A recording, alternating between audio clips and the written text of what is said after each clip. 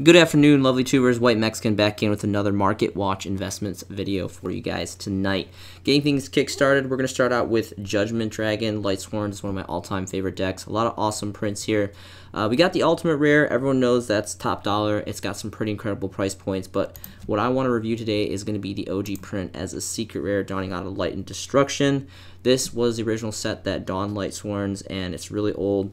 Very nostalgic, and it's got some really great history behind it alone.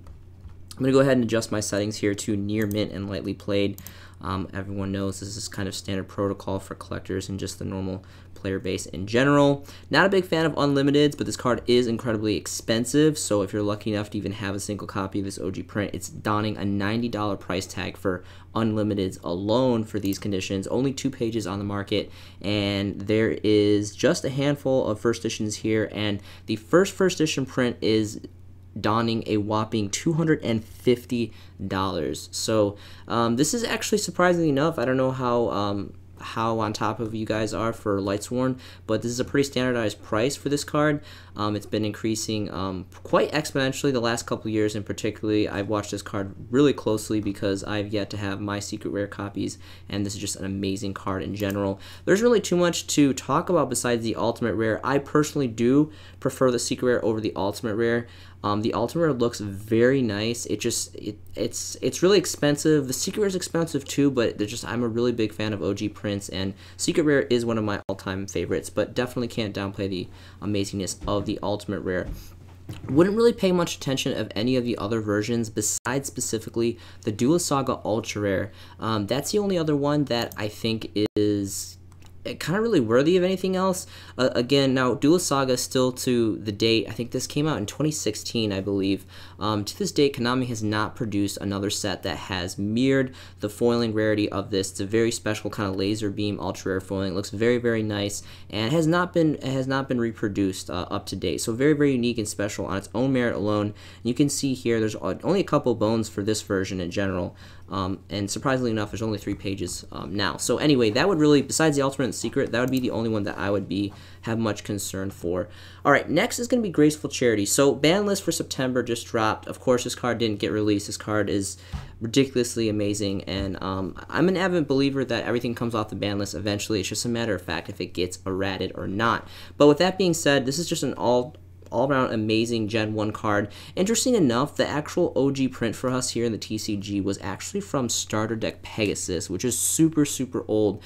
This is Gen 1 era Yu-Gi-Oh stuff. We're talking about 2002. This is a 18-year-old starter deck, and this is actually my favorite copy of this. There is some other cool ones like the Hobby League and all that, but really quick, I just kind of want to showcase this card more specifically for the first editions, because this card, it's not really, it's so good, and I mean it's been banned forever because it's just so ridiculously good. But for more specifically, this is for collector market value is kind of what I identify with this card. You can see here the first edition here, lightly played, is going to be about 4 bones. It's a 1 stack, and then the standard price is about 3-4. You can see here, and there's 5+ pages. So it's slowly increased over value, but it's nothing too exponentially great. I think this is a really great long-term investment. Again, this card is 18 years old. This is the OG print.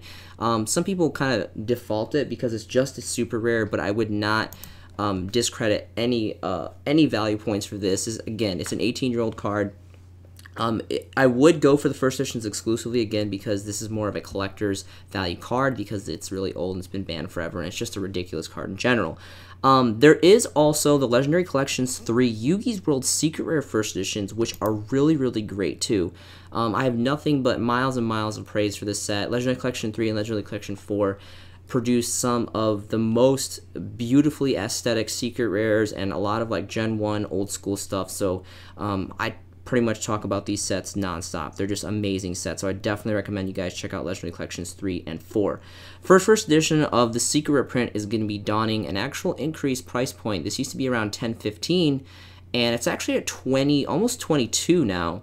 Only 2 pages on the market too, so not really too surprising to see that go up. Very nice. Still, I would prefer the originals OG Super Rare first editions, but the Secret Rare looks very nice as well. The last version that I would recommend is going to be the Hobby League 4 Parallel Ultra Rare. This is another insanely old card. Granted, you have to be careful. If I'm not mistaken, I believe Hobby League cards were not manufactured by Konami. They was actually contracted out to a company. I believe it was Upper Deck, if I'm not mistaken, if I have my history correct. And these are just gorgeous, especially for Hobby League 4. The Ultra Parallels, the fooling just pops beautifully. It's very, very predominant and looks really, really great. And this card just has amazing artwork in general. So really great. Pretty nice price point too. These are, of course, Hobby Leagues, so there's no first editions, and just starting out at near mints. There's actually only one page here, all near mint, and the starting market value price is 19, and it bottoms all the way up to 48. So really just not a lot of availability in general, but an amazing card in general.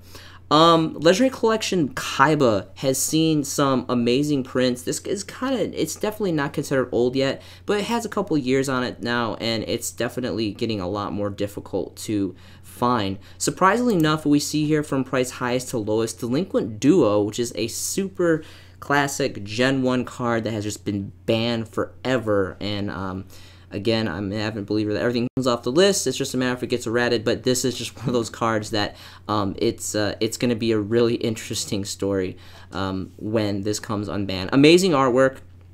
OG print is actually an ultra rare dawning from Magic Ruler, if I'm not mistaken, and first editions of those versions are just insanely valuable for collector's market. But this is a secret rare reprint, which is very, very nice, and it's had a pretty significant price increase. We're seeing here about 15, 16 starting price for the first editions, and there's only 3 pages on the market. So I thought that was interesting to take note of. I would check out the ultra rares as well. They're going to be significantly more expensive because they're significantly more older. And they also have the Magic stamp as well, which is really cool because the Gen 1 stuff were actually Magic cards instead of actually spell cards, which is a really great nostalgic history value behind that as well. Next is going to be another banned card, That Grass Looks Greener. So this has amazing artwork. It's an amazing card. Who knows when this is going to come off the list.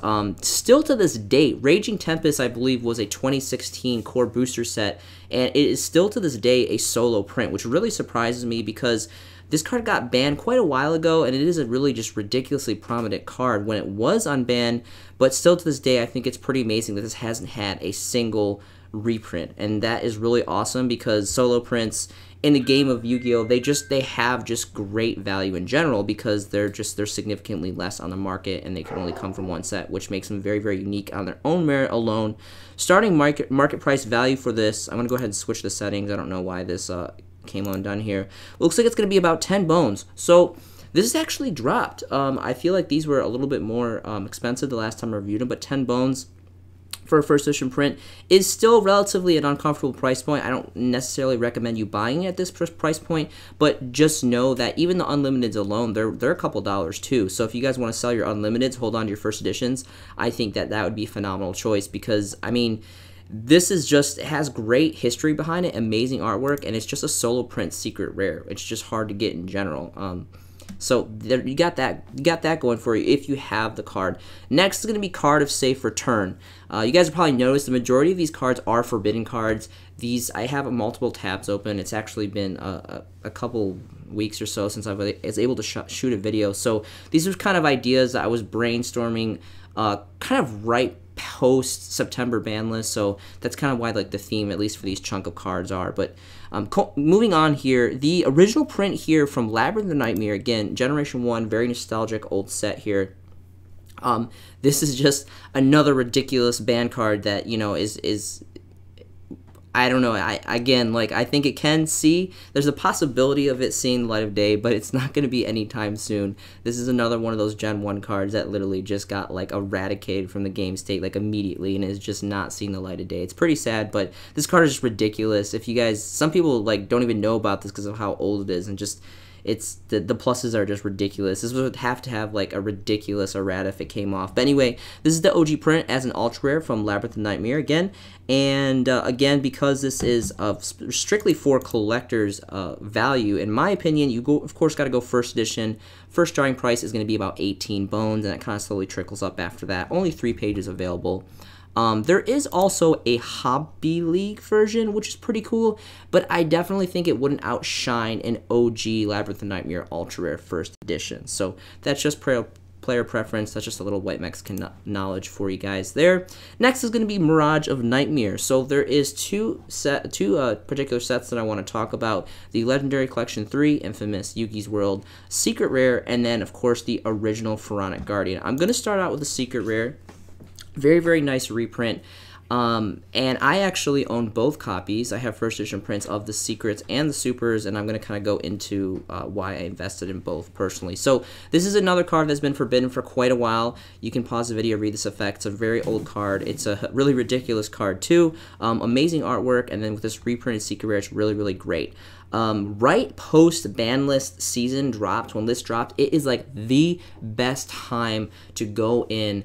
I usually kind of wait like a month to about 3 weeks to a month after a list drops. A lot of the ban cards just drop significantly, and you always want to be constantly investing and buying, watching the market all year long, not during just right before the ban list season drops. But this is a really good time. This is a perfect example because this card used to be like 7, 8, 9, and now it's, you know, trickled all the way down to about 3 bones, which still is kind of relatively expensive for this card, just, you know, really not having much of a chance of coming off the list anytime soon. But there is another version here, which is going to be the Super Rare. So it's all player preference. I personally like both. If I had to pick, though, I would say my vote would go for the OG Super Rares, because it does have the magic stamp, because Pharaonic Guardian was part of the OG Generation 1 core sets, and it's just the original print in general. And a lot of collectors like myself really do appreciate original print versions. So again, this is going to be pretty much for collector's value, so you got to go first edition. So first edition is going to be about 4-ish 5 bones, and there's 5 pages on the market here, and it kind of just continues to trickle up to about 8, 7 after that, and you can kind of follow the trending there. So just another really great card to keep on the back burner. Alright, so next is going to be Allure of Darkness. So this is a specific version from Destiny Soldiers. I'm showcasing this version in particular because I invested very heavily in this version. Well, actually, no, it wasn't Destiny Soldiers. It was the set that Sky Strikers donned out of. The additional set, what was it? Dark Saviors. So when Dark Saviors dropped, and all these are money. You can look, I got my settings high to low. Of course, the Ultimate, Ultra Rare, those are like always holding some pretty great value. But there's a lot of reprints of this, and more particularly for Super Rare. We have the Raging Battle Special Edition Super Rare. We have the Destiny Soldiers Super Rare. We have the Dark Saviors Super Rare, which I personally invested in. When Dark Saviors dropped, I bought like an abundance of these for 2 bones a piece, and now you can see they're going for about, you know, 4 or 5 bones. I've personally been selling these at 6 because I have such a high quantity available, and a lot of people want to play this card at play sets. I mean, Tour Guide just went to 3. Burning Abyss just got a little bit of their cards back from the list. So there's always just a huge dark predominance in the game state. Like, it doesn't really matter what year it is, what time of the year, there's always people playing dark-centric decks. And you can see here, it's about roughly 5 bones, give or take, and, you know, 4 pages. So, you know, all of the versions of, even some of the commons, this is just great value. So if you guys even have commons, slaying your commons, if you have supers, there's plenty of different versions. And all around in general, this is just a great card to sell. But definitely at least keep 3 playsets, because, you know, everyone should have a playset of Allure. Next is going to be Secret Village of the Spellcasters. This has multiple super rare prints, but I want to talk more specifically again about the OG, the original print here. As a super rare, dawning out of Crossroads of Chaos. Now, granted, remember, this set is very, very special in general because this is the set that was it 5Ds? I can never remember. I want to say that maybe this is 5Ds era. Anyway, this was a huge synchro-centric time in the game. Synchros were hot and new, and this dawned Black Rose Dragon as an ultimate rare and a ghost rare, and there's just a lot of really cool cards that come from this set. I think Plague Splatter Zombie as an ultimate rare and ultra rare came out of this set too, which is holding some pretty good price value too. Anyway, I think this is a really great card, awesome artwork, a really neat play on the game state of the effect. And of course, this is the original print, so in my opinion, it is the best. Again, my settings keep on getting switched off here. I'm going to adjust to the player standard of near mint and lightly played. Unlimiteds, again, you know, there are a couple bones, not really a big deal, but it's when we get to the first editions, we start to see some pretty good value in this card. So starting out the third page, we don our first edition at 13, almost 13 bones, and it kind of slowly starts to trickle to just under 20 after that. Only 4 pages for the original print as well. Next is going to be Anti-Magic Arrows. This, as well, is a solo print dawning from Duelist Pack Battle City as an ultra rare. And this it had a small decrease. Well, I would say a pretty significant decrease. Several months ago, I was reviewing this card, and it was like 15, 20 bones plus, and now we can see the market value is about 9. So it's definitely taken a huge hit and a decrease. But there was some hype behind it, and people started kind of getting excited about it. Kind of blocks out a turn state. It's a quick play. It is just an ultra rare. I'm not a big fan of just plain ultra rares on their own, but cool artwork. I love seeing cardboard on cardboard artwork, and just an all-around interesting card. You know, if you need some quick cash, you know, it's definitely worth a couple bones. And that was supposed to be the kind of the theme of this this video, was to kind of just show you some cards you could slang really quick, and kind of like a very like small to medium range price, just to like get them out in the market quick. Again, this is a solo print as well, so that's going to hold pretty good value just on that own merit alone. Exchange is going to be next, more specifically the Prismatic Secret rare dawning from Eternal Duelist Soul. I believe this was like a PlayStation or a Game Boy video game promo. The artwork is just phenomenal in this. I mean, it goes without saying that old school game promos and this Prismatic Secret rare foiling. I know that in the last 2 years, the Megatins have donned Prismatic Secret rares, which is pretty cool. But it doesn't beat the nostalgic and just the age, history, and value behind these original Gen 1 Prismatic Secrets, in my opinion. And we got like Exodia, Regeki, Time Wizard, Dark Magician, Pot of Greed, Mirror Force, pieces of Exodia. There is just some big heavy hitters here in this artwork. And again, I love cardboard on cardboard artwork and the amazing rarity of Prismatic Rare. It's an old school game promo, and it has Magic Stamp, the old school Magic Stamp, because of just how ancient this card is. So really, really great. Again, I'm going to switch over to Near Mint, Lightly Played. There's been a small increase in value in this. For a longest while, I was picking up for like a half a bone, 1, 2 bones. And now it's all the way up to about almost 5, a little bit over 5 for the first couple listings, and that goes to about 6, 7, 5 plus pages or 5 pages on the market. So just a really a good card for a side thought. Next is going to be Super Rejuvenation. So this got lifted completely off the list, if I'm not mistaken, not too terribly long ago.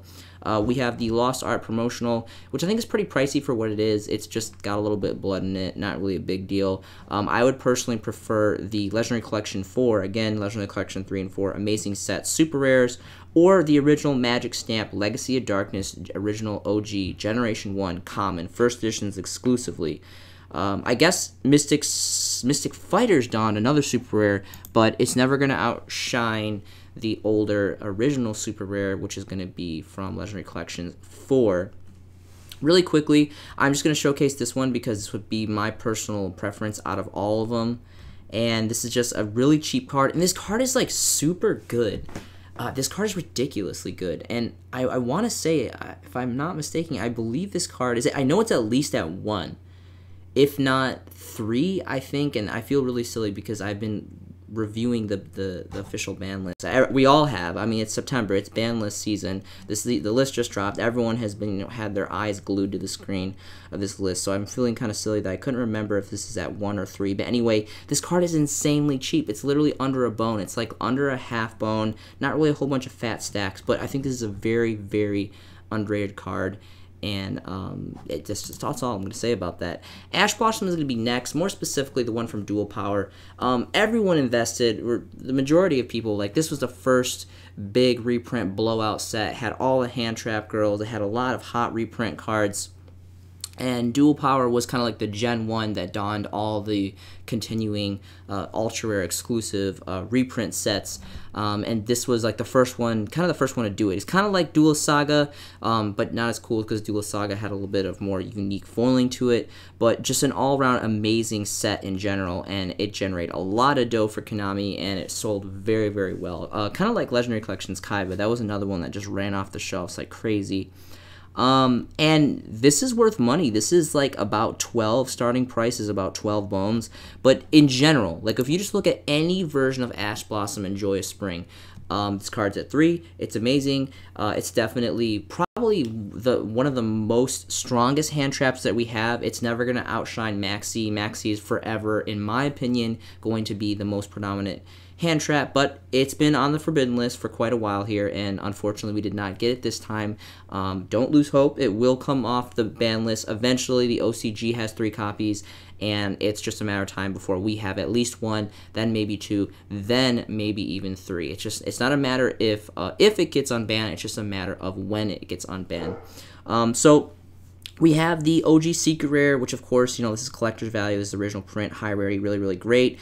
The Super Rare is really, really nice. Interesting enough, even the common from the Soul Burner Structure deck is already doppled over the price of the Structure deck itself, which is pretty incredible. But just in general, all 6 prints, money. You guys only need 3. I personally I have sealed Soul Burner First Edition, so I'm going to have plenty of these, but I'm having them sealed for a collector's value. And I have a playset of First Edition Original Secrets, you know, for, you know, my collector's value as well. But all this other stuff, if you guys have extra, it's really quick dough, and they sell like hotcakes. I sold all of mine the same day that I listed them. All right, so ban list dropped, and we got Tour Guide to a whopping 3. Dark World players are rejoicing. Burning Abyss players are rejoicing. Dark players in general are just rejoicing because this is an amazing card, and this card has, of course, naturally increased exponentially in value. This is the 10 Super Rare promos. I believe this 10 came out in 2012. Yeah, 2012 10 promos here. I'm showcasing this specifically because I had the majority of the prints that I've had, besides my Secret Rares, was the Super Rare. So this is holding pretty good value. It's decreased a little bit. It's got the market's been flooded a little bit. Interesting enough, there's only two pages here, but this card, like, for days, I was picking up this card for like a half a bone, 1 bone, like all day long. Hence, I got like 20 plus copies.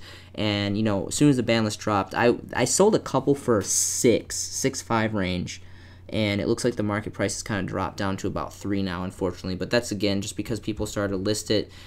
People are getting their copies. But anyway, all across the board, this has seen a pretty good price increase. I'm not going to spend too much time on this. I do love Tour Guide a lot. The OG Secret Rares from Extreme Victory, First Editions exclusively, are always going to hold an insane value in the collector's market. Of course, you have your Ultimate Rares for all your top dollar players. Duelist Saga is really great too. I've actually sold a couple of these. I got, again, 2012 10 Super Rares, and I actually do like the Star Foils a lot from Battle Pack. So that's all I'm going to say about Tour Guide. Awesome card all around. That grass looks greener. That was a tab multiple. Already talked about that card. So another amazing Secret Rare dying from Raging Tempest is Foolish Burial Goods. There is a couple different versions. I think mostly I think an Ultra, a Common, and then the Mega 10 reprint. But this is the OG from Raging Tempest, an amazing set that dawned us the Zodiac era. And this card's worth pretty good money. Even the Unlimiteds alone is about 7 bones. First edition, again, is around 7 bone range, and there is a 3 on the market. This is at 3, and it's a high rarity of a Secret Rare. It's got amazing artwork, in my personal opinion, and I think this is just, you know, it's, I wouldn't say, I'm not so bold to say it's as good as Foolish Burial, because I think you can do a little bit more combos with monsters, but there is a lot of also great combos that you can do with Foolish Burial Goods as well. Moving on to Cyber Dragon Nasters. So this is still, to this day, Dual Power is getting pretty up there in age now, and this is still a solo print, and there's crazy Cyber Dragon players that want this card. This card sells like hotcakes, and it's not as much as when it used to be. When it first came out, it was like 20 bones, 15, but it stayed at a relatively stable price point just because this has not been reprinted, and Cyber Dragon players need, I believe, a playset of this card, if I'm not mistaken. I don't know much about Cyber Dragon players, or I've never piloted the deck or anything, but they go crazy for this card, and it's about 12 bones starting market price, and there's 5 plus on the market, so really good fodder for selling if you guys have extras. Another thing I wanted to review was Levier the Sea Dragon. I've always thought, this has always been my all-time favorite rank 3 XYZs. XYZs are my favorite extra deck monsters, and this card has seen a pretty exponential growth increase, maybe because of Tour Guide going to 3. That's the only thing I could really think of why this card has gone up so much in value. Maybe it's leveled off a little bit. It's been a while since I have reviewed these tabs, but we can see right here, there's only one page of just the normal ultra rares, not even the ultimate rare here. Starting price for the first editions is 15 bones, and then it quickly goes to about 20 plus after that, 20 and then 20 plus. So for some reason, I actually just sold one of these, and there's just a very, very big shortage of ultra rare versions of this card.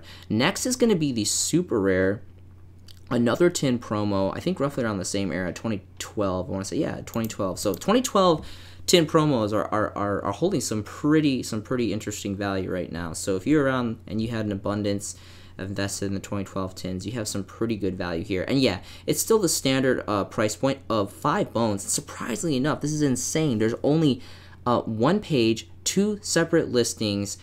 Starting price is 5, then quickly doubles to 10. So I don't know what is going on with Leviair Dragon, but this is just getting cleared off the shelf. This is insane. Of course, I have to mention the ultimate rare.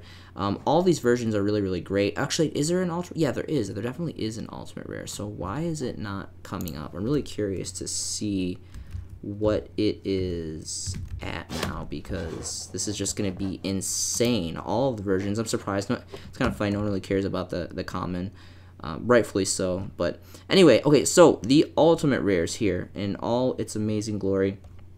Unlimiteds alone have jumped all the way up to 48, and then the next market price is a first edition that jumps up to 58 bones. And you can just see it slowly start to trickle up after here, only 2 pages on the market. I'm actually surprised. I kind of thought it'd be a little bit more, seeing how the other versions have increased so much. But, you know, it's an old school ultimate rare, and it's got an amazing effect. All right, so the last card I'm going to use to close out the video is going to be another forbidden card, the Forceful Sentry.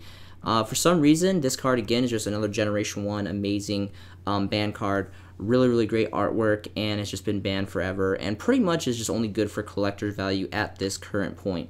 Who knows when this card can get banned. Again, I believe everything can come off the list, just a matter of if it gets errated or not. I want to talk about the original Magic Ruler print. Of course, you have the Spell Ruler Ultra Rare.